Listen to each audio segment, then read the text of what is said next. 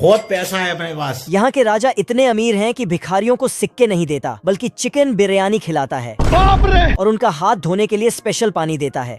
बच्चों के लिए बीच शहर में आइसक्रीम का पहाड़ खड़ा कर देता है।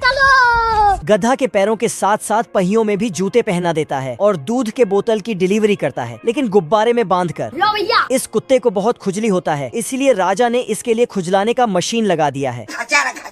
इस कंगारू के बच्चे को धूप लग जाता है तो छतरी लगा देता है।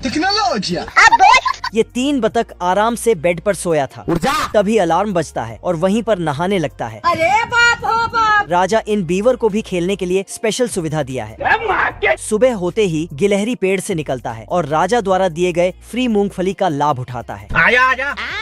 यहाँ के रानी गरीबों पर धन की बारिश करती है। ये है यहाँ के वेरी कंफर्टेबल ट्रॉली, बस 1 सिक्के में आराम का सफर देता है। गजब। ये बतख पेड़ का डाली काट देता है और उसमें काला गम लगा देता है। तभी एक गिलहरी नींद में चलते हुए आता है तो फिर से चलता है। ये क्या है? लेकिन उछलकर अंदर चला जाता है। देख लो भाई। गिलहरी दूसरे गिलहरी को खींच के उठाता है पर इसके हाथ में गम लटक जाता है। अब देख तू। लेकिन जब गम को छुड़ाने की कोशिश करता है तब उल्टा और ही चिपक जाता है। तो इसको इसी तरह खींचकर बाहर ले जाता है। लेकिन तभी गिलहरी का गम छूट जाता है। लेकिन ये साला बतख एक लंबा कैंची लेके गिलहरी को डराने लगता है। किधर है बे? मैंने कुछ नहीं किया। फिर गिलहरी अपने काम में लग जाता है पर तभी बतख कैंची से यहाँ पे क्या हो रहा है? और उसका डाली ही काट देता है। पर बतख थोड़ा सा अच्छाई दिखाता है। लो भैया। बाप रे। Thank you. लेकिन वो सिर्फ ज्यादा देर तक मस्ती करने के लिए था।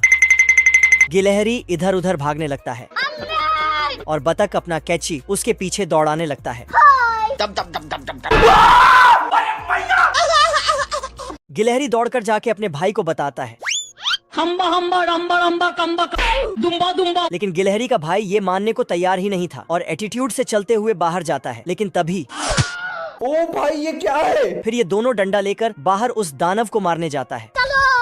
चल रुक जा। आजा आजा आजा। पर दानव मतलब कैंची इसके पीछे ही रह जाता है। साला मटर अपने बच्चों को लोरी गा के सुला देती है, फिर चैन बंद कर देती है।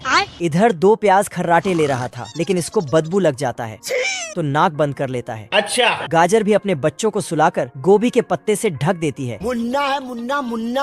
और खुद भी सो जाती है। इधर इंस्पेक्टर आलू रात को पहरा दे रहा था लेकिन मौका मिलते ही 1 गिलास गटक लेता है। मजा आ गया भाई। फिर टेंशन फ्री हो जाता है। ये घड़ी चलता है और 12 बज जाता है। तभी एक भूत आता है और गाजर के बच्चों को उठा के ले जाता है। इधर आलू सो रहा था लेकिन गाजर माँ की आवाज सुनकर दौड़ के जाता है। लेकिन तभी भूत गाजर माँ को भी ले जाता है। बाप रे। और सावधान रहने का एक चिट्ठी आता है। अरे दादा रे। तो ये साला नशे के हालत में इधर उधर गिरने लगता है तो भूत भी इसको और डराने लगता है। लो भैया। तो ये अपने हवलदार को बुला लेता है। जिस पर भी शक होता है उसको घसीटते हुए ले आता है। बेचारे भुट्टे को जबरदस्ती टोस्टर मशीन में डाल देता है तो वो पॉपकॉर्न बन जाता है और टमाटर को तो चटनी बना देता है।